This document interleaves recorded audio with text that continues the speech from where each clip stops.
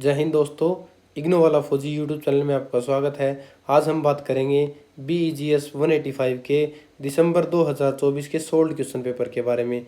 इससे पहले 2 sold question paper करवा चुके हैं, जिससे जून 2025 और दिसंबर 2025 का सॉल्यूशन हम ऑलरेडी कर चुके हैं। अगर आपने अभी तक भी हमारे यूट्यूब चैनल को सब्सक्राइब नहीं किया है तो यूट्यूब चैनल को सब्सक्राइब कर लें और डिस्क्रिप्शन बॉक्स में दिए गए टेलीग्राम चैनल के लिंक पर जाकर टेलीग्राम चैनल को ज्वाइन कर ले, ताकि आपको लेटेस्ट इन्फॉर्मेशन और स्टडी मटेरियल मिलता रहे।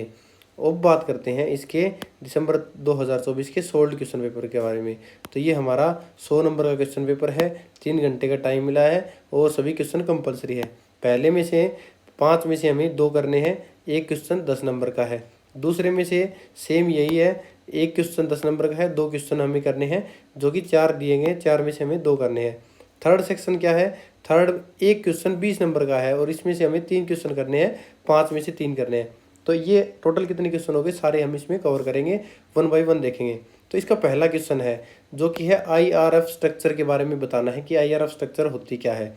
तो IRF है, इसकी फुल फॉर्म है इनिशिएशन, रिस्पॉन्स और फीडबैक। यह क्लासरूम इंटरेक्शन का एक कॉमन पैटर्न है जिसमें टीचर और स्टूडेंट के बीच में कम्युनिकेशन होता है। तो आपको बता दूं कि IRF स्ट्रक्चर कैसे काम करती है। सबसे पहले बात करते हैं इसके इनिशिएशन की। तो टीचर क्या करता है, स्टार्ट करता है। टीचर जब स्टार्ट करेगा तो वह क्वेश्चन पूछेगा या फिर डिस्कशन शुरू करता है। जैसे एग्जांपल के तौर पे मान लो, what is a capital of India.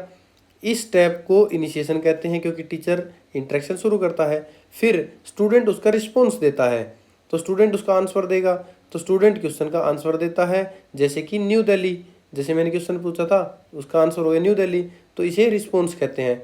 फिर इससे क्या होता है कि रिस्पॉन्स मिल गया, उसका एक फीडबैक होता है कि वो आंसर दिया है वो ठीक है या नहीं है। तो टीचर स्टूडेंट को आंसर पर रिस्पॉन्स देता है, फीडबैक देता है। तो टीचर बोलेगा कि करेक्ट, वेरी गुड। तो या अगर आंसर गलत हो तो बोलेगा कि थिंक अगेन, दोबारा सोचो और दोबारा बताओ। इसे बोलते हैं फीडबैक। तो ये है हमारा IRF स्ट्रक्चर। तो टीचर क्वेश्चन पूछता है, स्टूडेंट आंसर देता है, टीचर रिप्लाई करता है, उसे फीडबैक बोलते हैं। ये पूरा क्या है, IRF स्ट्रक्चर है। तो आप समझ गए IRF स्ट्रक्चर। इसका देते हैं स्टार्टिंग में इंट्रो क्या होता है। IRF स्टैंड्स फॉर, इसके तीनों की फुल फॉर्म बता देंगे। एक common classroom interaction pattern, the teacher initiate a question, the student responds and the teacher give the feedback. जो मैंने बताया वही है। This structure studied in discourse analysis help organize classroom communication. तो ये क्या करता है, एक क्लासरूम कम्युनिकेशन को ऑर्गेनाइज करता है। It ensures teacher control while allowing student participation. तो ये क्या करता है कि टीचर इस पर पूरा कंट्रोल करता है। However IRF can sometime limit open discussion if the teacher dominates the feedback stage. तो इसमें क्या होता है, जो क्लासरूम कम्युनिकेशन को ये क्या है, ऑर्गेनाइज करता है। टीचर और स्टूडेंट के बीच में प्रॉपर इंटरेक्शन होता है, तो स्टूडेंट का इससे क्या है, पार्टिसिपेशन बढ़ता है। स्टूडेंट क्लास में एक्टिवली आंसर देता है क्योंकि उसे बह खुल जाता है उसका। अंडरस्टैंडिंग चेक करने में मदद मिलती है कि भाई हाँ, टीचर जान पाता है कि स्टूडेंट का कॉन्सेप्ट समझा या नहीं समझा। फिर इससे क्या होगा, क्लासरूम कंट्रोल मेंटेन रहेगा क्योंकि डिस्कशन क्या है, व्यवस्थित तरीके से चलेगा, हमारा एक मैनर तरीके से चलेगा। परंतु इसकी कमियां हैं, कुछ लिमिटेशन है। अगर लिमिटेशन की लिए बात करूं मैं इसमें, तो कभी कभी टीचर क्या है, ज़्यादा डोमिनेट कर देता है। जैसे कि बताया है कि इस डिस्कशन में टीचर डोमिनेट करता है, खुद ही बताता रहता है, स्टूडेंट को मौका नहीं मिलता। तो जो ओपन डिस्कशन है उसमें कम मौका मिलता है। इसलिए जो आज के दिन जो मॉडर्न पेडागोगी इनक्रेज करता है, हमें मॉडिफाई करता है IRF को into more interaction patterns where student also evaluate and build on each other responses. तो इसमें क्या है कि जैसे ग्रुप डिस्कशन हो गया, पीयर इंटरेक्शन हो गया, स्टूडेंट फीडबैक हो गया, तो ये सभी क्या है, इनकरेज करते हैं, जिससे स्टूडेंट को ज़्यादा बोलने का मौका मिलता है। Despite limitation IRF remains useful for guide learning, checking understanding and maintain classroom flow. फिर भी क्या है, इसके मॉडर्न टीचिंग मेथड के आते हुए भी ये बहुत ज़्यादा हेल्पफुल है एक क्लास के एनवायरनमेंट को बनाने के लिए। अगला क्वेश्चन है हमारा इसमें, cross curricular approach in English language teaching. तो सबसे पहले आपके दिमाग में आता होगा कि क्रॉस करिकुलम होता क्या है। तो क्रॉस करिकुलम अप्रोच का मतलब होता है, इंग्लिश जैसे लैंग्वेज हो गई उसके लर्निंग को दूसरे सब्जेक्ट जैसे कि इंग्लिश कैसे होती है, मैथमेटिक्स में भी काम आती है, हिस्ट्री में, साइंस में, ज्योग्राफी में, उनमें उनके साथ जोड़कर पढ़ना। इस अप्रोच में लैंग्वेज को अलग सब्जेक्ट की तरह नहीं बल्कि लर्निंग टूल की तरह यूज किया जाता है। उसे बोलते हैं cross curricular approach in English language teaching. तो इंग्लिश लैंग्वेज को दूसरे सब्जेक्ट में यूज करके उसे सीखना, इंप्रूव करना, इसे बोलते हैं cross curriculum approach. The cross curriculum approach integrates English learning with other subject like science, history, geography। Other subject में यूज करेंगे। It emphasize that language is not learned in isolation। इसमें क्या होता है कि लैंग्वेज को अकेले में नहीं सीखा जाता। जैसे आपका इंग्लिश का प्रॉपर सब्जेक्ट लगता है, उसमें इंग्लिश सीखी जाती है, वैसे क्या है अगर मैथ में पढ़ोगे, साइंस में पढ़ोगे, तो उसमें क्या है साइंस के साथ आप इंग्लिश में भी इंप्रूवमेंट होती है। But through content based learning student use English to understand and express ideas in different subject. तो इसमें क्या है इंग्लिश लैंग्वेज की मदद से वो क्या करता है, आइडियाज़ को और डिफरेंट सब्जेक्ट को समझता है। This improves vocabulary. इसकी मदद से क्या है उसे बहुत सारी वोकेबलरी सीखने को मिलती है, कॉम्प्रीहेंशन सीखने को मिलता है, रियल लाइफ कम्युनिकेशन स्किल सीखने को मिलती है। For example writing a science report in English helps both subject understanding. अगर आप क्या है साइंस रिपोर्ट लिखोगे तो आपको क्या है सब्जेक्ट की अंडरस्टैंडिंग तो होगी, उसके साथ क्या है लैंग्वेज डेवलपमेंट भी आपकी हो जाएगी।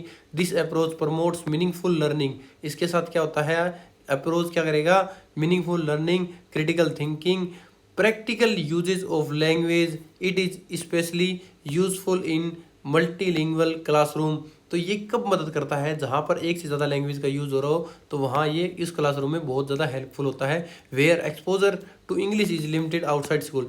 जैसे कि आप तमिलनाडु में मान लो, तो वहाँ पर तमिल का क्या है ज़्यादा बोलचाल है, ज़्यादा बोलते हैं, ज़्यादा बातचीत करते हैं, ज़्यादा लिखते हैं।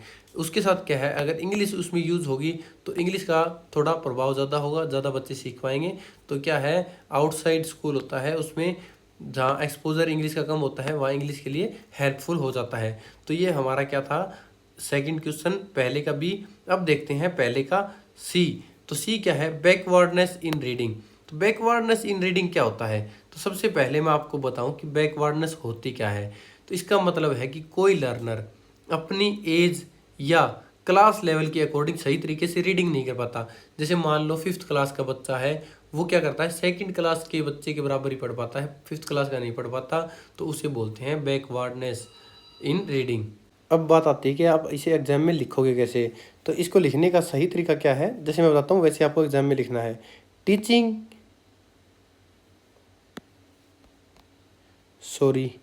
अब बात आती है कि एग्जाम में आप इसे लिखोगे कैसे। तो इसको लिखना कैसे, सबसे पहले इसका इंट्रो लिखना है, फिर इसमें इन्वॉल्वमेंट लिखनी है, फिर इसके कारण लिखने हैं, फिर इसके ठीक कैसे किया जा सकता है, रेमेडियल मेजर्स लिखेंगे, और इसमें अर्ली आइडेंटिफिकेशन समझेंगे कि कैसे कैसे कर सकते हैं। तो सबसे पहले इसका इंट्रो देखेंगे। Backwardness in reading refers to learner inability to read at the expected level for their age और ग्रेड। उसकी क्लास और उसकी उम्र के हिसाब से वो पूरा नहीं लर्न कर सकता, पढ़ नहीं पाता, तो उसे बोलते हैं बैकवर्डनेस। तो इसमें क्या क्या इन्वॉल्वमेंट होती है, इसकी इन्वॉल्वमेंट समझना ज़रूरी है कि ये ऐसा करता क्यों है। इट में इन्वॉल्व स्लो रीडिंग स्पीड, उसकी क्या है स्लो रीडिंग स्पीड हो सकती है, पुअर कंप्रीहेंशन हो सकता है, पढ़ने के बाद मीनिंग समझ में नहीं आता हो, डिफ़िकल्टी इन वर्ड रिकॉग्नाइजेशन, तो वर्ड पहचानने में प्रॉब्लम होती है, lack of fluency, reading smooth नहीं होती, बार बार रुकता है, उसे बोलते हैं उसके ये इसे कारण इसे देखने को मिलते हैं, सिग्नल की ये लक्षण हमें इसमें देखने को मिले हैं। फिर इसके कारण क्या हैं, काजेज ऑफ रीडिंग बैकवर्डनेस। तो सबसे पहला कारण इसमें है इनएडिक्वेट टीचिंग मेथड। तो ये होता क्या है, गलत या इनइफेक्टिव टीचिंग मेथड की वजह से बच्चे में ये कमी आती है।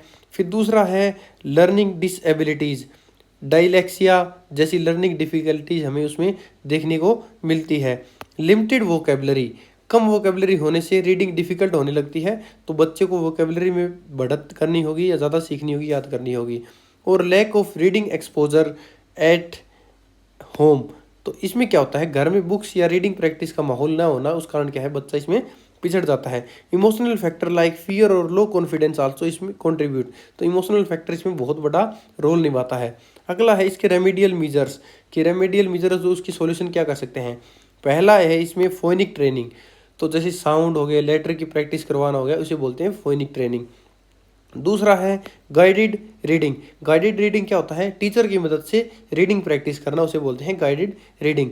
अगला है इसमें regular practice, daily reading habit develop करना, उसे बोलते हैं रीडिंग हैबिट। इसकी क्या है, रेमेडियल टीचिंग भी इसमें शामिल होता है कि इसमें रेमेडियल टीचिंग है कि नहीं है, तो एक्स्ट्रा स्पोर्ट क्लासेस देना उसे बोलते हैं रेमेडियल टीचिंग। अगला है पॉजिटिव एनवायरनमेंट, स्टूडेंट का कॉन्फिडेंस को बढ़ाना होगा, पॉजिटिव एनवायरनमेंट देना होगा। इसके कुछ अर्ली आइडेंटिफिकेशन भी होते हैं कि जल्दी बच्चे को पहचान लेंगे। Is essential to prevent long term academic difficulties, अगर बच्चे को शुरुआती दौर में हम पहचान लेंगे कि उसमें कमी है तो उसकी प्रॉब्लम जल्दी ठीक की जा सकती है, एकेडमिक डिफिकल्टी कम हो जाएगी, स्टूडेंट का कॉन्फिडेंस इंप्रूव होगा, लर्निंग बेटर हो जाएगी। तो ये इस क्वेश्चन का आंसर है। अब देखेंगे पहले के चौथे का, teaching English to under privilege learner. तो सबसे पहले आपको ये समझना होगा कि अंडर प्रिविलेज लर्नर होता क्या है। तो ये वे स्टूडेंट होते हैं जो आर्थिक, सामाजिक और शैक्षिक रूप से कमज़ोर होते हैं या कमज़ोर बैकग्राउंड से आते हैं, उन्हें बोलते हैं अंडर प्रिविलेज लर्नर। तो teaching English to under privilege learner require special attention to their socio economic linguistic backgrounds. जो बच्चे अंडर प्रिविलेज होते हैं ना, उसको क्या है, स्पेशल अटेंशन की रिक्वायरमेंट होती है। उनके लिए क्या है, इंग्लिश सीखना थोड़ा चैलेंजिंग होता है क्योंकि उनके घर पर इंग्लिश एक्सपोजर कम होता है, उनके पास रिसोर्सेज कम होते हैं, लर्निंग सपोर्ट कम होता है। कई बार क्या है, स्कूल लैंग्वेज और होम लैंग्वेज अलग अलग हो जाती है, इस कारण उन्हें डिफिकल्टीज होती है। इसलिए टीचिंग मेथड उनकी ज़रूरतों के अनुसार बनाना चाहिए। Many students lack exposure to English outside school. Therefore, teaching should be simple, conceptual, activity based. तो इसको करने के लिए, इसको इम्प्रूवमेंट के लिए हमें क्या करना होगा, लैंग्वेज हमारी सिंपल होनी चाहिए ताकि बच्चे को आसानी से समझ में आ सके। कॉन्टेक्चुअल लर्निंग क्या होता है, लेसन को स्टूडेंट की डेली लाइफ से जोड़ना चाहिए। कोई लेसन हो गया, उसकी हम डेली लाइफ से जोड़ देंगे तो वो इजीली क्या है, स्टोरी टेलिंग होगी, स्टोरी टाइप में याद कर पाएगा। जैसे कि मार्केट, फैमिली, स्कूल, फेस्टिवल, इस प्रकार के एग्जाम्पल से जोड़ देंगे तो आसानी से समझ पाएगा। अगला है एक्टिविटी बेस्ड। तो एक्टिविटी बेस्ड क्या होता है, सिर्फ लेक्चर ना लेके उससे कुछ एक्टिविटी करवानी चाहिए। कोई रोल प्ले करवा दिया, कोई स्टोरी टेलिंग हो गई, कोई ग्रुप डिस्कशन करवा दिया, कोई गेम खिलवा दिया उसके थ्रू, तो ये क्या है, बहुत ही ईजी हो जाता है। अगला है mother tongue sport can help initial understanding. तो जो मदर टंग स्पोर्ट होता है, शुरुआती स्टेज में मदर टंग का सपोर्ट देना हेल्पफुल होता है, इससे स्टूडेंट कॉन्सेप्ट को जल्दी समझते हैं। विजुअल एड्स, कुछ दिखाकर उनको समझा सकते हैं, स्टोरी टेलिंग करवा कर बता सकते हैं, group work, real life examples improve learning. तो इस प्रकार की चीज़ें करने से उनकी लर्निंग इंप्रूवमेंट होती है। Teacher should focus on functional English rather than grammatical perfection. तो जब कोई टीचर होता है, वो स्टूडेंट की क्या है, स्टार्टिंग में उसको ये नहीं है कि ग्रामर हटा दी भाई, ग्रामर करो, ये इंग्लिश होती है, नहीं, उसको उसके साथ थोड़ा फैमिलियर करवाओ ताकि वो आसानी से सीख पाए, उसके गैप को कम कर पाए। ये नहीं है कि डायरेक्ट उसको क्या है, थोड़ी स्पीकिंग प्रैक्टिस कराओ, रीडिंग प्रैक्टिस कराओ, फिर बाद में उसको ग्रामेटिकल में लेके जाओ पोर्शन में। Encouragement and confidence building are crucial. तो उनके स्टूडेंट को इंकरेज करना, थोड़ा थोड़ा अगर कमज़ोर है तो उसको शाबाशी देते रहना, उनका कॉन्फिडेंस अप करना। Bridging the gap between home language and school language essential. जो घर पर बोलता है और स्कूल में बोलता है, उस लैंग्वेज में उसके गैप को कम करना है, एक ब्रिज की तरह काम करना है, उसको रिलेट करना है दोनों को। 4 inclusive education and equal opportunity देने के लिए इस पर काम करना जरूरी है। अगला है इसमें standardize test and classroom based test. तो नॉर्मल सी बात करूं तो एजुकेशन में स्टूडेंट की लर्निंग को मेजर करने के लिए अलग अलग टाइप के टेस्ट लिए जाते हैं। इसमें 2 इंपॉर्टेंट टाइप के टेस्ट हैं, पहला है स्टैंडर्डाइज टेस्ट, दूसरा है क्लासरूम बेस्ड टेस्ट। तो पहला बात करते हैं हम स्टैंडर्डाइज टेस्ट के बारे में। Are formal assessment design with uniform question. तो ये क्या है, एक स्टैंडर्ड होता है जो सभी जगह चलता है। इसमें क्या है, यूनिफॉर्म क्वेश्चन होते हैं, स्कोरिंग की जाती है, एडमिनिस्ट्रेशन प्रोसीजर किया जाता है। They are measure student performance on a large scale. तो ये क्या करते हैं, जो स्टूडेंट की परफॉर्मेंस है वो लार्ज स्केल पर मेजर करते हैं। अलाउ कंपैरिजन अक्रॉस स्कूल और रीजन्स। तो उसके जो स्कोर है उसको कंपेयर करेंगे school to school, area to area, इस प्रकार। Examples include board exam. जैसे आपके क्या है, लास्ट में 10th 12th के बोर्ड एग्जाम होते हैं, वो क्या है, स्टैंडर्डाइज टेस्ट में आते हैं। उसी प्रकार क्या है, एक स्टैंडर्डाइज टेस्ट को अगर नॉर्मल भाषा में समझो तो फॉर्मल एग्जाम होते हैं जिसमें सेम क्वेश्चन होते हैं, सेम रूल होते हैं, सेम स्कोरिंग सिस्टम होता है, सेम पैटर्न होता है, सभी स्टूडेंट्स के लिए सेम होता है। इसका मेन पर्पज़ क्या है, स्टूडेंट की परफॉर्मेंस को कंपेयर करना एक दूसरे बच्चों के साथ, जैसे बोर्ड के exam, competition exam, national level test, इस प्रकार के हो गए। तो इसके फीचर क्या है स्टैंडर्ड टेस्ट के? यूनिफॉर्मिटी होती है, ऑब्जेक्टिविटी होती है, लार्ज स्केल पर इवैल्यूएशन होता है। इसकी कमी क्या है? ये टेस्ट इंडिविजुअल लर्निंग नीड्स को हमेशा रिफ्लेक्ट नहीं करते। एक बच्चे में क्या कमी है उसको नहीं दर्शा पाएंगे। एक स्कोरिंग कर देंगे, इसके 65 आ गए, इसके 95 आ गए, ठीक है। तो ये कभी कभी क्या है, creative class participation, practice, understanding को प्रॉपर मेजर नहीं कर पाते हैं। अब बात करते हैं इसके classroom based measure test. On the other hand are informal and conducted by teachers. ये क्या होते हैं? इनफॉर्मल होते हैं और टीचर जो क्लासरूम टीचर होता है उस द्वारा लिए जाते हैं। किस लिए? To assess daily learning, daily learning को असेस करने के लिए। दे इंक्लूडेड क्विज, वो क्या करते हैं? क्विज लेंगे, असाइनमेंट दे देंगे, असाइनमेंट बनाओ। ओरल टेस्ट, बोलकर सुनेंगे, टीचर आएगा डायरेक्ट बोलोगे वहाँ इस क्वेश्चन का आंसर सुनाओ, तो वो क्या है असेस कर पाएगा। File standardise test ensure objectivity comparativity. तो ऑब्जेक्टिव स्टैंडर्डाइज टेस्ट क्या करता है? ऑब्जेक्टिविटी और कंपेरेटिविटी को देखता है। They may not reflect individual learning needs. तो स्टैंडर्डाइज टेस्ट में इंडिविजुअल की लर्निंग नीड्स को नहीं देखा जाता है। Classroom test provide continuous feedback. Classroom test क्या करते हैं? कंटिन्यूस फीडबैक देते हैं, सपोर्ट करते हैं पर्सनलाइज लर्निंग को। Both type are important for balance evaluation system. तो दोनों टाइप के टेस्ट एक बच्चे की ओवरऑल ग्रोथ के लिए जरूरी हैं। तो ये इसका आंसर है। इसको आप दो तरीके से लिख सकते हैं, पहला इसको एक्सप्लेन कर दो, दूसरा फिर क्लासरूम को एक्सप्लेन कर दो, फिर दोनों को कंपेयर कर दो। इसका यही बेस्ट आंसर देने का तरीका है। तो यहाँ पहला क्वेश्चन हमारा कंप्लीट हो गया है। अब देखेंगे इसका क्वेश्चन नंबर 2 का पहला है हमारा, discuss remedial measures to help children overcome language based learning disabilities. तो हमें क्या समझना है इस क्वेश्चन में? लैंग्वेज बेस्ड लर्निंग डिसेबिलिटीज़ ऐसी डिफ़िकल्टीज़ होती है जो लर्नर को रीडिंग, राइटिंग और लिसनिंग, स्पीकिंग में प्रॉब्लम आती है। जैसे एग्जांपल के तौर पे आप बता सकते हैं पुअर कंप्रीहेंशन। चीज़ें क्या है, पढ़ लेंगे पर उसके जवाब देने नहीं आएंगे, क्वेश्चन आंसर में प्रॉब्लम होगी, स्पेलिंग मिस्टेक करेंगे, प्रोनाउंसिएशन में प्रॉब्लम होगी, कोई चीज़ है पढ़ नहीं पाएंगे, ठीक है। इन समस्याओं को दूर करने के लिए रेमेडियल मेजर्स यानी क्या, स्पेशल टीचर जो एफर्ट लगाते हैं, टीचिंग सपोर्ट देते हैं, उसके बारे में बात करेंगे। क्या रेमेडियल मेजर्स दिए जा सकते हैं? तो remedial measures for language based learning disabilities के बारे में बात करेंगे इस क्वेश्चन में। तो पहले इसका इंट्रो देख लेते हैं। Language based learning disabilities affect reading, writing, listening and speaking skills. Remedial measures focus on early identification. जो शुरुआत में स्टूडेंट में देखने को मिलती है कि उसमें क्या प्रॉब्लम आ रखी है, उसे पढ़ा नहीं जा रहा, बोला नहीं जा रहा, क्या प्रॉब्लम है। Targeted sports, teacher should first diagnose specific difficulties. शुरुआत में टीचर क्या करता है? डायग्नोज करता है specific difficulties such as dyslexia. ये क्या होता है कि जो रीडिंग डिफिकल्टीज होती है उसको बोलते हैं डायलेक्सिया, जिसमें स्टूडेंट को रीडिंग करने में प्रॉब्लम आती है। पुअर कॉम्प्रीहेंशन, कोई कॉम्प्रीहेंशन पढ़ा, उसका जो जवाब है उसको देने में उसको कठिनाई आ रही है। स्पेलिंग इशू है, स्पेलिंग नहीं आ रही, याद नहीं है, गलती कर रहा है। एक और इसमें ऐड कर सकते हैं, प्रोनाउंसिएशन प्रॉब्लम आ सकती है। तो इन समस्या को दूर करने के लिए स्पेशल एफर्ट लगाए सकते हैं। तो ऐसे स्टूडेंट नॉर्मल लर्नर्स की तरह जल्दी लैंग्वेज सीख नहीं पाते, इसलिए टीचर्स को स्पेशल मेथड यूज़ करने पड़ते हैं ताकि स्टूडेंट धीरे धीरे इम्प्रूव कर सके। तो इसके लिए कुछ इंपॉर्टेंट रेमेडियल मेजर्स की बात करेंगे। इसमें सबसे पहले आता है इंडिविजुअलाइज एजुकेशन टीचिंग मेथड। तो इस मेथड में क्या है कि इंडिविजुअल स्टूडेंट है ना, उस पर फोकस किया जाता है कि प्लान है IEP, individual education plan should be develop for affected learner. जो अफेक्टेड लर्नर है उनके लिए तैयार किया जाता है। तो हर लर्नर्स की जरूरत थोड़ी अलग होती है, किसी को किसी में प्रॉब्लम होती है, किसी को किसी में होती है, इसलिए एक स्पेशल लर्निंग प्लान बनाया जाता है। जिससे क्या होता है, इंडिविजुअलाइज्ड एजुकेशन प्लान बोलते हैं। इसमें लर्निंग गोल्स होते हैं, टीचिंग मेथड होते हैं, प्रोग्रेस ट्रैकिंग होती है, और इस प्रकार की चीज़ें करने से जो लर्नर्स है उसमें इम्प्रूवमेंट आती है। अगला है इसमें मल्टी सेंसरी टीचिंग मेथड। इसमें क्या होता है कि आप विजुअल्स दिखाएंगे लर्नर्स को, ऑडियटरी साउंड वगैरह सुनाएंगे, या फिर काइनेस्थेटिक हेल्प करेंगे उसकी, जैसे कि हैंड ऑन एक्टिविटीज उसको प्रैक्टिकल करवा के देखेंगे, उसे बोलते हैं काइनेस्थेटिक, जिसमें आप उसे प्रैक्टिकल करवाएंगे। हेल्प इम्प्रूव अंडरस्टैंडिंग, जिससे क्या है अंडरस्टैंडिंग उसकी बढ़ेगी। फोनिक बेस्ड इंस्ट्रक्शन, ये क्या होता है? फोनिक बेस्ड इंस्ट्रक्शन ये क्या होता है? वर्ड को साउंड में ब्रेक करके सिखाया जाता है। तो इसके कुछ फ़ायदे हैं, रीडिंग इंप्रूव होती है, प्रोनाउंसिएशन बेटर होती है, वर्ड रिकॉग्नाइजेशन आसान हो जाता है। तो ये फोनिक बेस्ड इंस्ट्रक्शन के फ़ायदे हैं। अगला है इसमें breaking task into smaller steps. तो ये क्या होते हैं? बड़े टास्क को छोटे छोटे पार्ट में डिवाइड कर दिया जाता है, इससे स्टूडेंट पर प्रेशर कम पड़ता है। तो ये क्या करते हैं? एक्स्ट्रा टाइम रिड्यूस प्रेशर, तो प्रेशर कम करने में काम आता है। अगला है इसमें असिस्टिव टेक्नोलॉजीज। तो असिस्टिव टेक्नोलॉजी क्या होती है?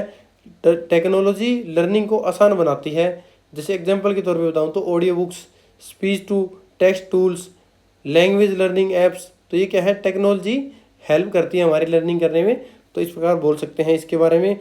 अगला है पॉजिटिव रीइंफोर्समेंट।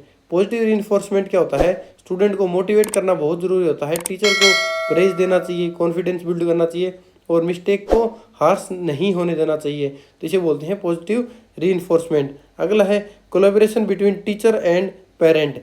तो जब टीचर और पेरेंट और स्पेशलिस्ट मिलकर काम करेंगे तो इससे क्या है? कंसिस्टेंट लर्नर को क्या है? सपोर्ट मिलता रहेगा। तो ये एक बहुत ही अच्छी है लर्निंग के लिए। रेगुलर मॉनिटरिंग की बात करते हैं कि रेगुलर मॉनिटरिंग कर रहे हैं, वो क्या करता है? Help track progress and adjust strategies. वो क्या करेगा? लर्नर की प्रोग्रेस को चेक करेगा और स्ट्रेटजी जो अपना रहे हैं उसको प्रोग्रेस करने में, एडजस्ट करने में काम आएगा। The aim is not only improve academic skills but also to build self esteems and independent learning abilities in student. जो स्टूडेंट में क्या है?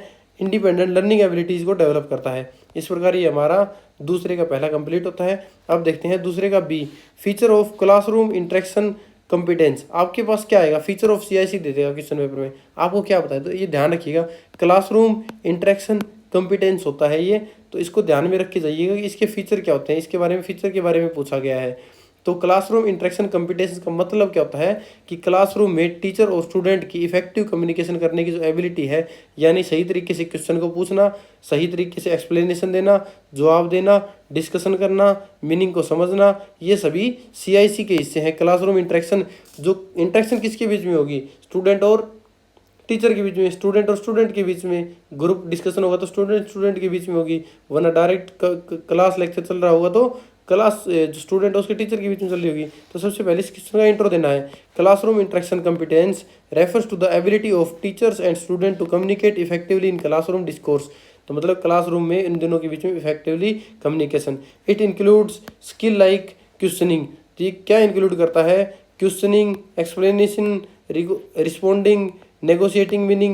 CIC ensure that classroom communication is meaningful and interactive rather than one sided। तो क्या है कि interaction बहुत जरूरी होता है। एक साइड अगर टीचर बोलता रहेगा, अपना लेक्चर देके चला जाएगा, स्टूडेंट को समझ में आएगा नहीं आया, ये आप आसानी से समझ नहीं सकते। इसलिए ये बहुत ज़रूरी है, आप इसके बारे में बता सकते हैं। तो इसके मेन की फीचर क्या हैं? की फीचर की बात करें तो पहला है क्लैरिटी ऑफ लैंग्वेज, कि टीचर की लैंग्वेज क्लियर और अंडरस्टैंडिंग होनी चाहिए, कि सिंपल एक्सप्लेनेशन हो, इजी इंस्ट्रक्शन हो, एप्रोप्रिएट वोकेबलरी का यूज़ किया गया हो।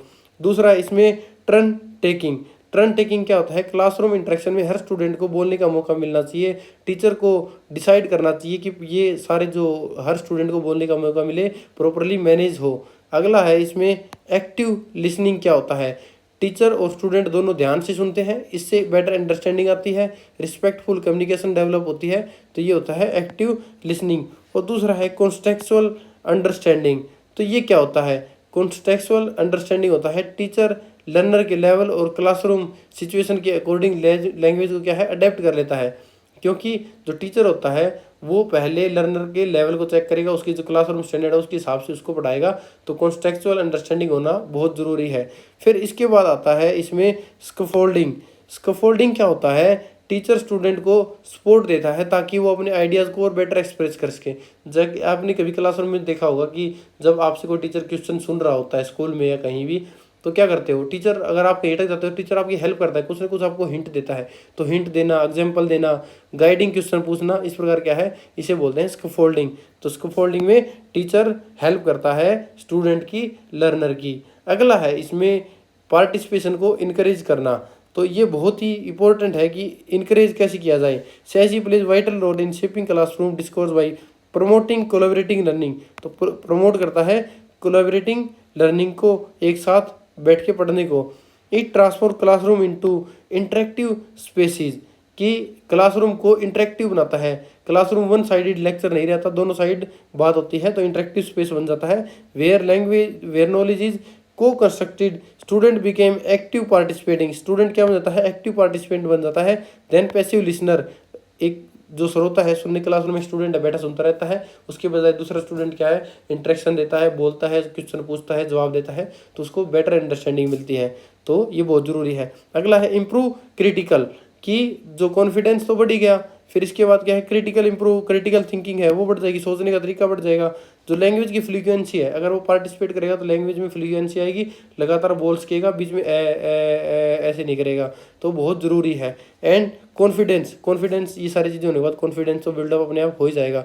The CIC is essential for effective language teaching and learning. इसलिए CIC बहुत ज़रूरी है किसके लिए, इफेक्टिव लैंग्वेज टीचिंग के लिए और लर्निंग के दोनों के लिए बहुत ही ज़्यादा ज़रूरी है। अगला बात करते हैं हम इसके सेकंड का C part, predictive versus retrospective evaluation क्या होता है। तो बहुत ही इंपॉर्टेंट है, जैसे इसके बारे में बात कर सकते हैं या तो इसके बीच में ऐसे डिफरेंस कर सकते हैं। इसमें बात कर ले हम प्रिडिक्टिव की, इसमें बात कर ले रेट्रोस्पेक्टिव की, तो इन दोनों में डिफरेंस करके हम बता सकते हैं कि क्या आएगा क्या नहीं आएगा। अब बात करते हैं इस क्वेश्चन में जैसे कि लिखा गया है उस हिसाब से बताएंगे। पहले प्रिडिक्टिव इवैल्यूएशन के बारे में बात करते हैं कि होता क्या है। तो पहले एजुकेशन में जो इवैल्यूएशन होता है तो उसका यूज़ के लिए लर्निंग के और टीचिंग को इम्प्रूव करने के लिए किया जाता है, और इसके दो टाइप है, पहला प्रिडिक्टिव, दूसरा रेट्रोस्पेक्टिव। तो ये हो गई इसका इंट्रोडक्शन। अब बात करते हैं प्रिडिक्टिव इवैल्यूएशन के बारे में। तो predictive evaluation is conducted before implementing A course और प्रोग्राम। तो कोर्स या प्रोग्राम शुरू होने से पहले प्रिडिक्टिव इवैल्यूएशन किया जाता है। इसका उद्देश्य क्या होता है, its purpose is to forecast learning outcomes, identify potential challenges and improve planning. तो इसका उद्देश्य होता है कि जो फ्यूचर के लर्निंग आउटकम्स है उसका अनुमान लगाना, और इसे आसान भाषा में बताऊं तो टीचर पहले चेक करता है कि स्टूडेंट का करंट लेवल क्या है, कौन सी उसे डिफिकल्टीज आ सकती है, कौन सी टीचिंग मेथड बेस्ट रहेंगी ताकि प्रॉपर प्लानिंग की जा सके। It help selecting appropriate teaching material.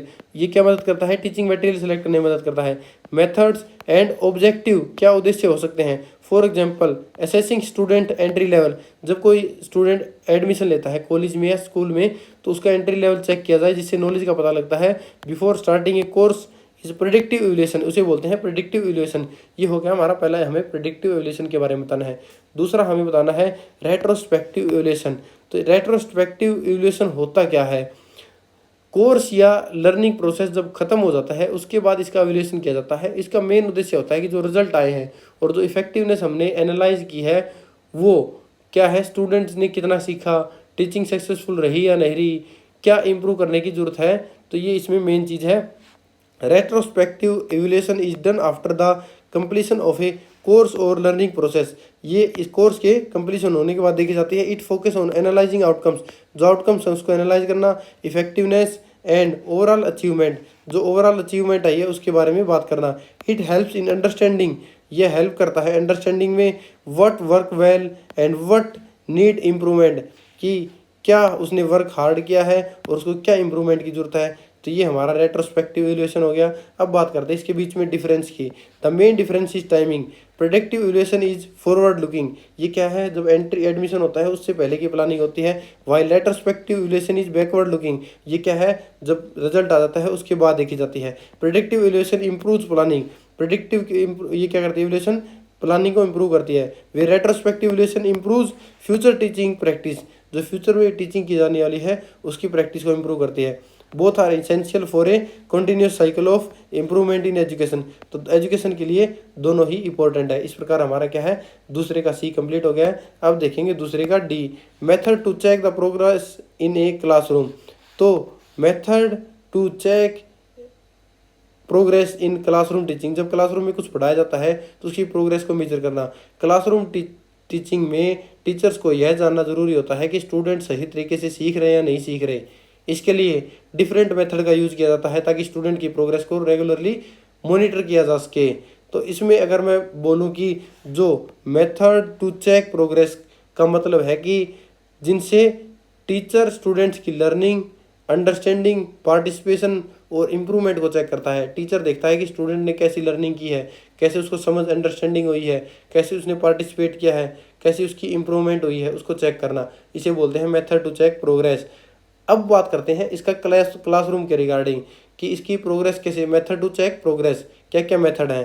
पहले मेथड की बात करें तो पहला मेथड है कंटिन्यूस एंड कॉम्प्रिहेंसिव इवैल्यूएशन। तो इसे शॉर्ट में CCE भी बोलते हैं कि कंटिन्यूस एंड कॉम्प्रिहेंसिव इवैल्यूएशन। एक कंटिन्यूस असेसमेंट मेथड है जिसमें क्या है, एकेडमिक जो प्रोग्रेस है उसको देखी जाती है, परफॉर्मेंस को करिकुलर एक्टिविटीज़ दोनों इवेल्युएट किए जाते हैं। तो इसका पर्पज़ ये है कि ओवरऑल डेवलपमेंट को चेक करेंगे और रेगुलर फीडबैक देते रहेंगे। Is one important method that include both academic and co curricular assessment. इसमें क्या होता है, classroom test, quiz, oral questioning होती है। तो जैसे कि क्लासरूम टेस्ट हो गया, ये छोटे टेस्ट होते हैं, और क्विज हो गए। क्विज से टीचर यह चेक करता है कि स्टूडेंट को टॉपिक समझ आया कि नहीं आया। कोई एक टॉपिक करा दिया, उस पर क्या करा दिया, क्विज करा दिया, क्लासरूम टेस्ट ले लेंगे, उससे अंडरस्टैंड हो जाएगा कि स्टूडेंट को समझ आया या नहीं आया। उसके बेनिफिट क्या है, रेगुलर लर्निंग असेसमेंट मिलती है हमें, जो वीक एरियाज है उसको आइडेंटिफाई कर सकते हैं। ये हमारा क्या है, इसमें क्लासरूम टेस्ट और क्विज ओरल क्वेश्चनिंग हो गया। अब बात करते हैं असेसमेंट की। तो असेसमेंट पहले बात करते हैं ओरल क्वेश्चनिंग की, कि टीचर क्लास में क्वेश्चन पूछता है और स्टूडेंट वर्बली उसका आंसर देता है। जैसे कि मैंने पढ़ा है, वैसे मेरे स्कूल के हिसाब से बताता हूँ कि टीचर बोलता था कि इसके क्वेश्चन आपको याद करके आने हैं। टीचर खड़ा करता था और बोलता था कि इस क्वेश्चन का आंसर बताओ, तो उसे स्टूडेंट को खड़ा होकर बताना पड़ता था कि ये पूरी क्लास के सामने इसका आंसर है। तो ये क्या है, ओरल क्वेश्चनिंग हो गया। इसकी इंपॉर्टेंस क्या है, इमीडिएट अंडरस्टैंडिंग चेक हो जाती है, जो स्पीकिंग कॉन्फिडेंस है वो बढ़ जाता है। अगला है इसमें assignment, help track understanding regularly. तो जो रिटन टास्क और होमवर्क है स्टूडेंट की, वो प्रैक्टिस और अंडरस्टैंडिंग को शो करता है। ये हेल्प करते हैं इंडिपेंडेंट लर्निंग में, राइटिंग स्किल्स इंप्रूवमेंट में। ठीक है, तो ये हमारा क्या हो गया, असेसमेंट हो गया कि असेसमेंट कैसे करता है। अगला है इसमें ऑब्जर्वेशन मेथड के बारे में बात करेंगे। टीचर स्टूडेंट के पार्टिसिपेशन को, बिहेवियर को, अटेंशन को, क्लासरूम एक्टिविटीज़ है उसको पूरी को ऑब्जर्व करता है, तो इसे बोलते हैं observation method. Is another key where teacher monitor student participation and behaviour, जिसमें क्या है, टीचर मॉनिटर करता है स्टूडेंट के पार्टिसिपेशन को और बिहेवियर को। पोर्टफोलियोज क्या होता है, पोर्टफोलियो स्टूडेंट के वर्क का कलेक्शन रिकॉर्ड होता है। इसमें असाइनमेंट, प्रोजेक्ट, क्लास वर्क और क्रिएटिव टास्क शामिल होते हैं। There are useful to collect student work over time showing improvement. Peer assessment की बात करें कि पीयर असेसमेंट क्या होती है, स्टूडेंट एक दूसरे के वर्क को इवेल्युएट करते हैं, कोलैबोरेटिव लर्निंग हो जाती है, क्रिटिकल थिंकिंग उससे डेवलप होती है, तो उसे बोलते हैं पीयर असेसमेंट। और सेल्फ असेसमेंट क्या होती है, खुद का असेसमेंट, स्टूडेंट खुद अपनी लर्निंग को इवेल्युएट करता है, रिफ्लेक्टिव लर्निंग डेवलप होती है, सेल्फ अवेयरनेस बढ़ती है। तो ये हो गया बिल्कुल इजी। अगला है इसमें डायग्नोस्टिक टेस्ट के बारे में बात करेंगे कि ये टेस्ट क्या करता है, लर्निंग गैप्स और वीकनेस आइडेंटिफाई करने के लिए मदद करता है। इसका पर्पज़ क्या होता है, डायग्नोस्टिक टेस्ट का, स्पेसिफिक जो प्रॉब्लम होती है वो पता हो पाती है, रेमेडियल टीचिंग देना इसमें पॉसिबल हो जाता है, जिसे बोलते हैं diagnostic test. Help identify specific learning gaps while formative assessment. Formative assessment क्या होता है, लर्निंग प्रोसेस के दौरान होने वाली असेसमेंट, जो लर्निंग प्रोसेस है उसके दौरान जो असेसमेंट हो रही है उसे फॉर्मेटिव असेसमेंट बोलते हैं। Providing ongoing feedback from the student also help teacher adjust there teaching method. जो स्टूडेंट से फीडबैक मिलता है वो टीचर के लिए क्या है, उसकी टीचिंग मेथड को चेंज करने में हेल्प मिलती है। रेगुलर मॉनिटरिंग क्या शो करता है कि लगातार हम मॉनिटर कर रहे हैं तो वो लर्निंग ऑब्जेक्टिव है और जो अचीव हुए हैं और जो आगे अचीव करने चाहिए उसमें हेल्प करेगा। Timely intervention for struggling students, जो स्ट्रगल स्टूडेंट कर रहे हैं उसमें आगे हेल्प करेगा उसको ख़त्म करने के लिए। तो इस प्रकार हमारा सेकंड क्वेश्चन यह कंप्लीट हो जाता है। अगला देखेंगे इसमें क्वेश्चन नंबर 3। इसमें 5 क्वेश्चन दिए गए हैं, 5 में से हमें 3 के आंसर देने हैं। तो इसमें आप देख सकते हैं कि आपको 5 के आंसर कराऊंगा जिससे आपको इजीली अंडरस्टैंड हो जाए। इसका पहला क्वेश्चन है थर्ड का, web 2.0 tools in English language teaching merits and demerits. Web 2.0 tools क्या होते हैं, ये इंटरेक्टिव इंटरनेट प्लेटफॉर्म है जिन्हें यूज़र क्या करता है, क्रिएट करता है, शेयर करता है, कोलैबोरेट कर सकते हैं। तो इसके एग्जांपल के तौर पे आपको मैं बताऊं तो जैसे ब्लॉग्स हो गया, विकीज, यूट्यूब, पॉडकास्ट और जो गूगल क्लासरूम है या सोशल मीडिया की जो ऐप्स हैं उन्हें बोलते हैं इंग्लिश लैंग्वेज टीचिंग में। ये टूल ट्रेडिशनल क्लासरूम को मॉडर्न और लर्नर सेंटर्ड बनाते हैं। तो web 2.0 refers to interactive internet based platform such as blog, wikis, podcast, YouTube, Google classroom, social networking site that allows user to create, share, collaborate. तो मतलब ये होते क्या हैं, बेसिकली ये एप्लीकेशंस हैं जो हमें लर्निंग में हेल्प करते हैं, या प्लेटफॉर्म हो सकता है, एप्लीकेशन नहीं है तो। In English language teaching ELT English language teaching, these tools have transform traditional classroom into dynamic. इन्होंने क्या कर दिया, जो पहले ट्रेडिशनल क्लासरूम थे जाके हम फिजिकली पढ़ते थे उनको क्या चेंज कर दिया कि इसमें डायनेमिक लर्नर सेंटर्ड एनवायरनमेंट में बदल दिया है। तो ये वेब 2.0 के इंग्लिश लैंग्वेज टीचिंग की मतलब बारे में डेफिनेशन थी, इंट्रो था। अब बात करते हैं इसके मेरिट्स, फ़ायदे क्या हैं। वेब 2.0 टूल्स के फ़ायदे के बारे में बात करेंगे। तो सबसे पहले फ़ायदा है हमारा इंक्रीज इंगेजमेंट। स्टूडेंट की क्या है, इससे इंटरेस्ट बढ़ जाता है। डिजिटल टूल्स स्टूडेंट को क्या है, ट्रेडिशनली बुक की तुलना में ज़्यादा इंटरेस्टिंग लगते हैं। मान लो आप एक बुक में कॉपी में लिख रहे हो, आप मान लो एक टैब में जाके लिख रहे हो, तो बच्चा क्या है, इंटरेस्ट बनेगा, ज़्यादा अच्छा लगेगा उसको, तो इन्जॉय करेगा, तो ज़्यादा पढ़ेगा, लर्निंग में उसे आसानी होगी। जैसे कि यूट्यूब वीडियो हो गया, इंटरेक्टिव क्विज हो गया, ऑनलाइन गेम्स हो गए, तो इसमें बहुत ज़्यादा हेल्पफुल होता है। Student find digital tools interesting than traditional text book.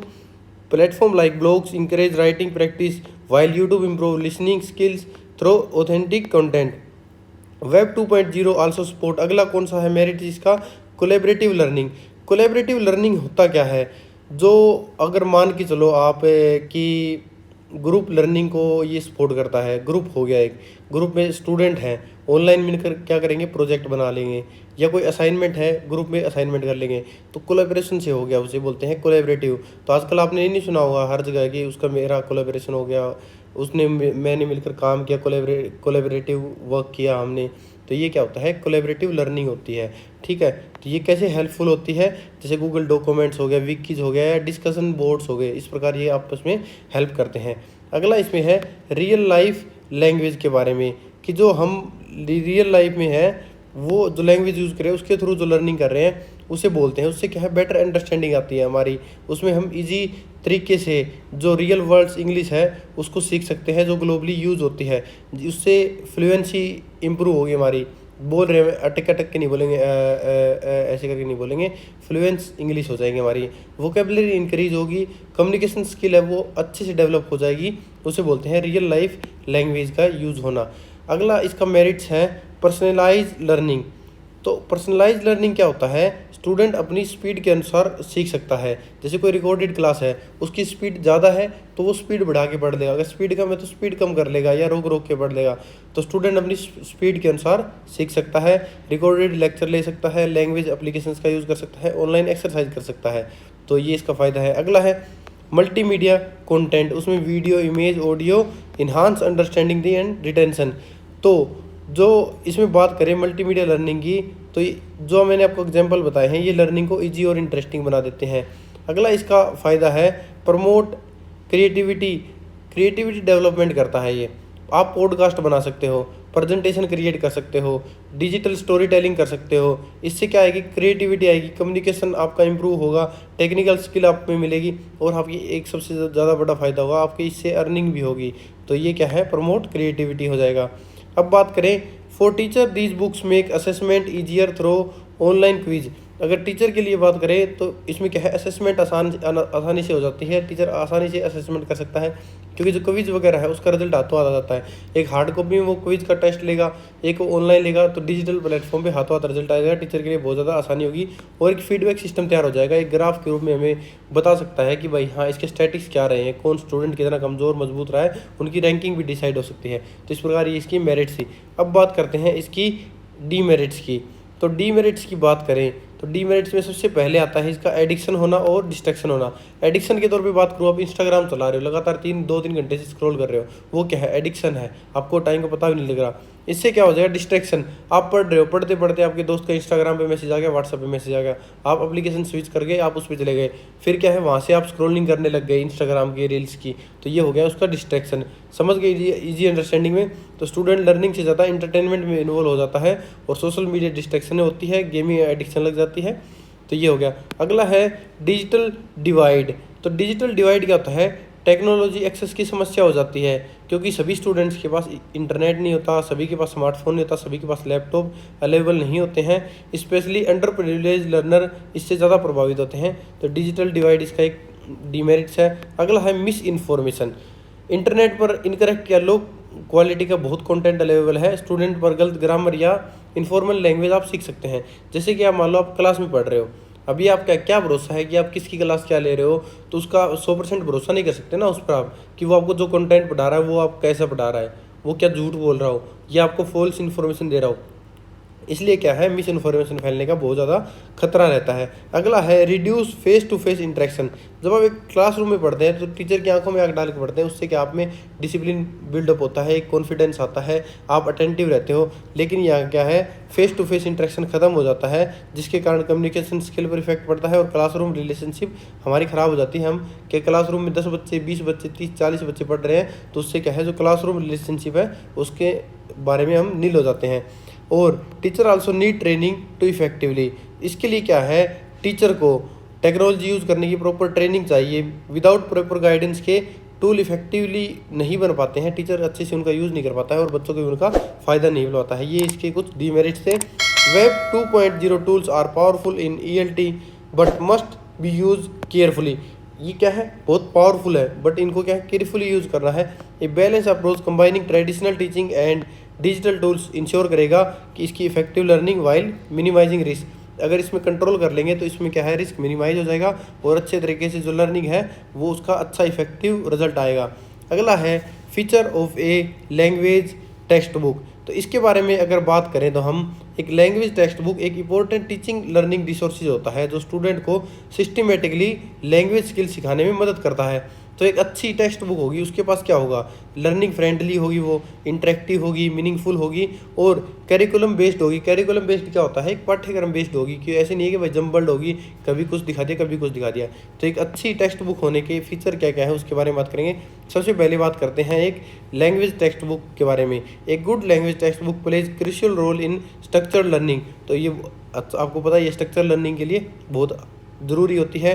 It should be age appropriate. ये एज के हिसाब से होनी चाहिए, उसके स्टूडेंट के लेवल के हिसाब से होनी चाहिए। अलाइंड विद करिकुलम गोल्स, और जो पाठ्यक्रम गोल है उसका टारगेट है उसके हिसाब से होनी चाहिए। The language use must be simple. उसमें जो लैंग्वेज है वो सिंपल होनी चाहिए, क्लियर होनी चाहिए, एसेसिबल टू लर्नर, जो आसानी से उसको समझ में आ सके, ऐसे इसके हिसाब से होनी चाहिए।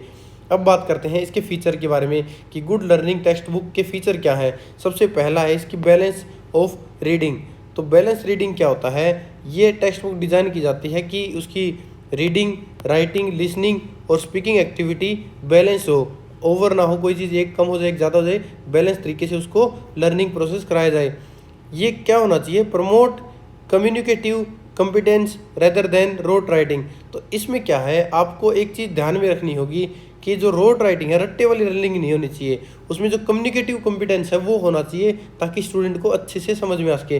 तो रट्टे वाली पढ़ाई कभी भी काम नहीं आती। आपको बार बार टीचर बोलते भी होंगे कि ये ऐसी रीडिंग मत करो आप, इसमें कोई फ़ायदा नहीं है। तो ये क्या है, बिल्कुल ईजी है, जिसको आप आसानी से समझ सकते हो। कम्युनिकेटिव अप्रोच होता है, जो रोट राइटिंग है ना, उसकी बजाय जो कम्युनिकेशन स्किल है ना, उस पर फोकस करना चाहिए आपको, ताकि उसे स्टूडेंट को लर्निंग में आसानी हो। अगला हमारा पॉइंट है इसमें cultural relevance.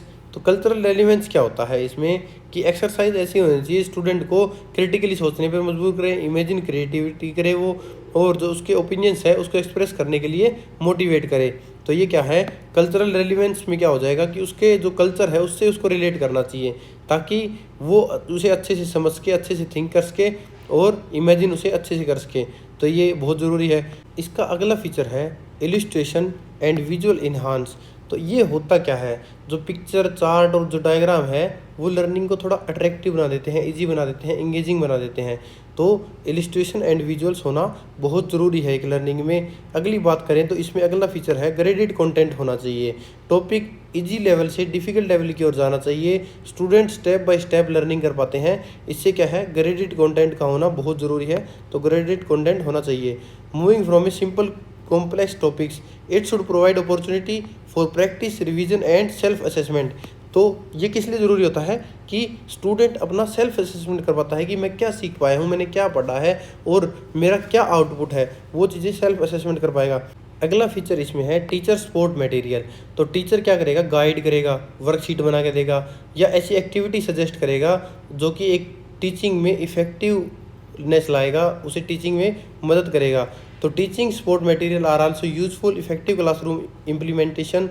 Overall a language text book should be learner centred. तो एक पूरी जो टेक्स्ट बुक होती है, लैंग्वेज टेक्स्ट बुक, वो क्या है, लर्नर के लिए सेंटर्ड होनी चाहिए, इंटरेक्टिव होनी चाहिए, ताकि उसको अच्छे से ग्रैब कर सके, उसका इंटरेस्ट बने, और वो मीनिंगफुल होनी चाहिए जो स्टूडेंट के काम आ सके। तो ये हमारा क्या था, थर्ड का बी था। अब देखेंगे थर्ड का सी हमारा। थर्ड का सी क्या बोलता है, evaluation procedure for autonomous learning. तो सबसे पहले बात होती है कि ऑटोनोमस लर्निंग होती क्या है। ऑटोनोमस लर्निंग का मतलब होता है कि लर्नर अपनी लर्निंग की रिस्पॉन्सिबिलिटी खुद लेता है, कि वह खुद प्लानिंग करेगा, लर्निंग गोल्स खुद तय करेगा, और जो उसकी प्रोग्रेस है वो इवैल्यूएट खुद करेगा, उसका इवैल्यूएशन खुद करेगा। टीचर यहाँ कंट्रोलर नहीं है, बल्कि एक फैसिलिटेटर की भूमिका निभाता है, एक गाइड की भूमिका निभाता है। तो इसके एक डेफिनेशन के बारे में बात करते हैं, इसका intro. Autonomous learning refers to learner taking responsibility for their own learning, कि वह अपनी खुद की लर्निंग की खुद जिम्मेवारी लेगा। Evaluation in such system is continuous, reflective and learner driven. जो इसकी जो इवैल्यूएशन है वो लर्नर ड्राइवन होती है, लर्नर इसमें खुद इवैल्यूएशन करता है। इसके बात करते हैं कि इसकी मीनिंग क्या है, इवैल्यूएशन क्या होती है इसकी। जैसे कि बात कहा है कि इवैल्यूएशन प्रोसीजर की बात करें तो सबसे पहले आता है इसमें इवैल्यूएशन में सेल्फ असेसमेंट। तो सेल्फ असेसमेंट क्या होता है कि खुद तय करेगा, स्वयं उसका मूल्यांकन करेगा, लर्नर अपनी खुद की परफॉर्मेंस खुद एवेल्यूएट करेगा कि मैंने क्या सीखा है, मुझे कहाँ डिफ़िकल्टी हुई, मुझे क्या इम्प्रूव करना चाहिए। तो ये सेल्फ असेसमेंट हो गया। अगली उसकी एवेल्यूएशन क्या है, रिफ्लेक्टिव जर्नल्स हो गया।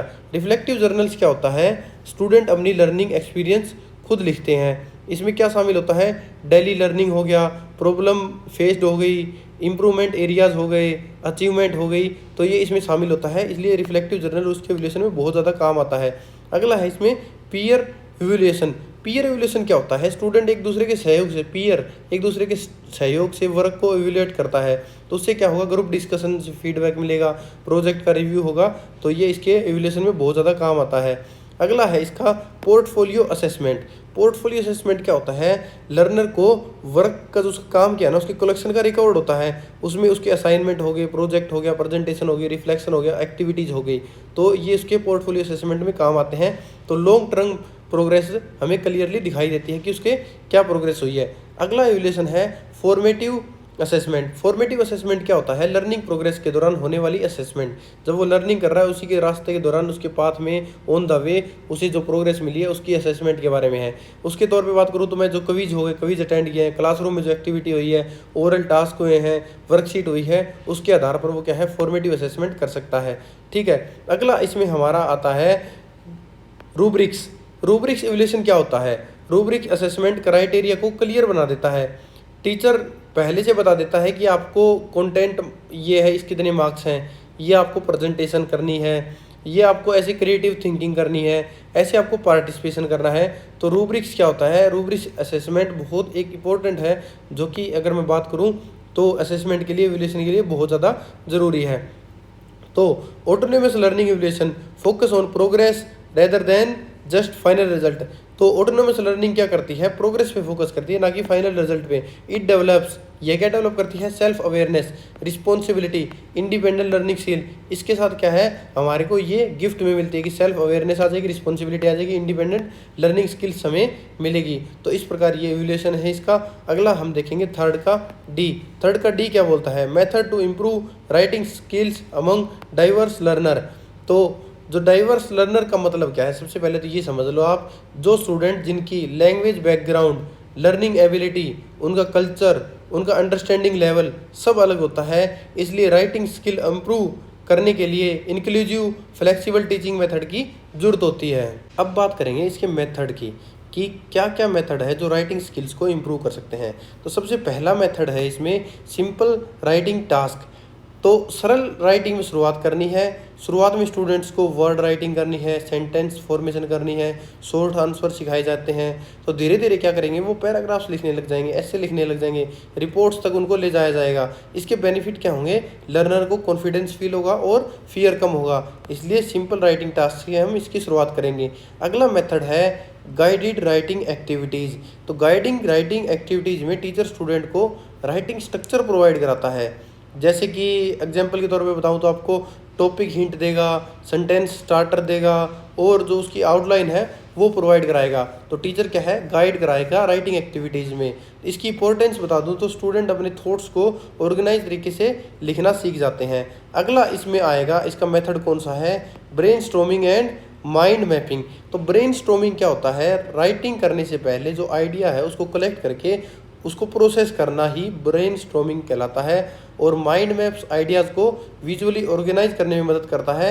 इससे क्रिएटिविटी बढ़ती है, आइडिया जनरेशन में आसानी होती है। तो थर्ड तरीका हो गया, हमने देख लिया। अगला इसमें क्या है, रीडिंग एक्सटेंसिवली। तो ये क्या होता है, एक्सटेंसिव रीडिंग अधिक पढ़ना बोलते हैं। इसकी रीडिंग करने से वोकेबलरी इंप्रूव होती है, सेंटेंस स्ट्रक्चर सिखाती है और जो राइटिंग स्टाइल है वो डेवलप होता है। तो एक्सटेंसिव रीडिंग हमें बहुत ज़्यादा हेल्प करती है राइटिंग स्किल्स इंप्रूव करने में। अगला इसमें हमारा मेथड है peer review and group writing. तो पीयर रिव्यू क्या होता है, स्टूडेंट एक दूसरे को राइटिंग पढ़कर फीडबैक देते हैं। तो स्टूडेंट क्या करेंगे, एक दूसरे की राइटिंग देखेंगे, पढ़ेंगे, उससे क्या फीडबैक देंगे। ग्रुप राइटिंग कोलैबोरेटिव लर्निंग को प्रमोट करेगा। तो पीयर रिव्यू बहुत ज़रूरी है और ग्रुप राइटिंग क्या करेगा, लर्निंग को प्रमोट करता है, गुड राइटिंग प्रमोट करेगा। तो इससे क्या फ़ायदा होगा, एरर करेक्ट होगी, कम्युनिकेशन स्किल्स आएंगे, कॉन्फिडेंस बिल्ड होगा। अगला है इसमें कंस्ट्रक्टिव करेक्शन। तो टीचर है ना, वो क्या करेगा, नेगेटिव क्रिटिसिज्म की बजाय स्पोर्टिव करेक्शन देगा। इससे क्या हो जाएगा, वो ये नहीं बोलेगा कि दिस इज रॉन्ग, वो क्या बोलेगा, you can improve this sentence like this. तो टीचर ये नहीं बोलेगा कि तू गलत है, नहीं भाई तू इसे और अच्छे तरीके से कर सकता है, समझ गए, इसे बोलते हैं कंस्ट्रक्टिव करेक्शन। अगला मेथड है विजुअल प्रॉम्प्ट्स। तो विजुअल प्रॉम्प्ट्स क्या होते हैं, जो पिक्चर होगी, चार्ट होगी, कार्टून होगी और वीडियोज़ राइटिंग आइडिया जनरेट करने में मदद करते हैं, राइटिंग मीनिंगफुल और इंटरेस्टिंग बनती है। अगला इसमें मेथड आएगा हमारा मल्टीलिंगुअल लर्नर्स।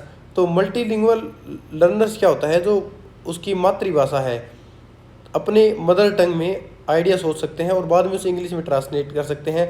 इससे क्या होगा, उसकी अंडरस्टैंडिंग अच्छी हो जाएगी, क्योंकि वो इंग्लिश को एज ए सेकेंड लैंग्वेज की तरह सीख रहा है। तो उसकी अंडरस्टैंडिंग बेटर होगी, एंजाइटी उसे कम होगी और इजीली अंडरस्टैंड कराएगा, उसका मोटिवेशन हाई होगा और मोरल अप होगा। अगला इसमें मेथड कौन सा है, रेगुलर प्रैक्टिस एंड जर्नलिंग। तो रेगुलर प्रैक्टिस करेगा तो डेली आएगा, डेली राइटिंग रूटीन प्रैक्टिस करेगा तो बहुत इंपॉर्टेंट है उसके लिए। इससे क्या होगा, डायरी राइटिंग हो गया, जर्नल राइटिंग हो गया, शॉर्ट पैराग्राफ लिखेगा, इससे फ्लुएंसी बढ़ेगी और उसका कॉन्फिडेंस बिल्डअप होगा। अगला आता है इसमें टेक्नोलॉजी। तो टेक्नोलॉजी बेस्ड सपोर्ट होता है, जैसे कि ग्रामर चेक कर, टाइपिंग ऐप्स हो गई कि अगर आप टाइपिंग करोगे तो उसमें मिस्टेक बताता है कि आपने मिस्टेक गलत की है। अगला है राइटिंग सॉफ्टवेयर होगा, वो भी क्या है, आपकी बहुत ज़्यादा हेल्प करते हैं, जिससे आपको क्या होगा, इंस्टेंट करेक्शन मिलेगी, बेटर प्रेजेंटेशन मिलेगी और मोटिवेशन हाई होगा। अगला इसमें है कि गोल, जो मेन एम हमारा क्या है राइटिंग स्किल्स के पीछे, कि वो नेचुरल हो, एक्सप्रेसिव हो, क्रिएटिव हो, इंजॉयबल हो। तो the goal is to make writing natural, expressive, enjoyable skill. तो ये हमारा थर्ड का डी आंसर कंप्लीट हो गया यहाँ पर। अब देखेंगे हम इसका E, role of teacher in developing autonomous learning. Autonomous learning अभी मैंने आपको पिछले क्वेश्चन में बताई थी कि एक स्टूडेंट होता है, वो अपनी लर्निंग की रिस्पॉन्सिबिलिटी खुद लेता है, कि इंडिपेंडेंटली वह स्टडी करेगा, गोल खुद सेट करेगा, प्रोग्रेसिव इवेल्युएशन करेगा और सेल्फ लर्निंग स्किल डेवलप करेगा। इसे बोलते हैं ऑटोनोमस लर्निंग। तो उसे टीचर उसकी डेवलपिंग में कैसे हेल्प करेगा, इसके बारे में बात करेंगे हम। तो एक टीचर का रोल क्या है, तो सबसे पहले इसकी बात करें तो एक टीचर के रोल के बारे में बात करूँ तो ऑटोनोमस लर्निंग में टीचर सिर्फ क्या है, एक नॉलेज ही प्रोवाइड नहीं कराता है, बल्कि क्या होता है, एक फैसिलिटेटर, एक गाइड, एक मेंटर की तरह काम करता है। तो इसमें मेल रोल क्या है टीचर का, कि वो एक लर्निंग प्रोवाइड कराएगा, लर्निंग गोल देगा, ठीक है। Teacher help student to set learning goals and choose appropriate strategy, कि उसे क्या स्ट्रेटजी सेट करनी है। टीचर स्टूडेंट को खुद सीखने के लिए गाइड करेगा, वह डायरेक्ट आंसर देने की बजाय स्टूडेंट को सोचने और एक्सप्लोर करने के लिए थोड़ा इनकरेज करेगा। तो ये हो गया उसका पहला तरीका। दूसरा इसका मेथड क्या है, कैसे इंप्रूव करेगा, helping student set learning goals. तो उसके लर्निंग गोल्स को सेट करने में उसे हेल्प करेगा कि उसके गोल क्या होने चाहिए। टीचर स्टूडेंट को रियलिस्टिक लर्निंग गोल्स बनाने में मदद करेगा, कि जैसे डेली टारगेट सेट करेगा, वीकली प्लान देगा, स्किल इम्प्रूवमेंट गोल सेट करने में मदद करेगा। फिर आता है इसमें बात करूँ तो मैं कि लर्निंग रिसोर्सेज के बारे में, तो वो प्रोवाइड करता है रिसोर्सेज, कि टीचर यूजफुल रिसोर्सेज प्रोवाइड करेगा, जैसे कि आपको बुक बता देगा, वीडियोस बता देगा, वेबसाइट बता देगा, वर्कशीट दे देगा, एक्टिविटीज़ में हेल्प करेगा। तो वो क्या करेगा, प्रोवाइड रिसोर्सेज। अगला है हमारा इसमें टीच लर्निंग। तो टीचिंग लर्निंग स्ट्रेटजी क्या होती है, कि टीचर स्टूडेंट को इफेक्टिव लर्निंग टेक्निक सिखाता है, कि कैसे उसको इफेक्टिव लर्निंग करनी है, कि उसे नोट मेकिंग में हेल्प करेगा, टाइम मैनेजमेंट में हेल्प करेगा, सेल्फ असेसमेंट करवाएगा, रिवीजन मेथड करवाएगा। इससे क्या बेनिफिट होगा, लर्नर ऑर्गेनाइज और एफिशिएंट बन जाएगा।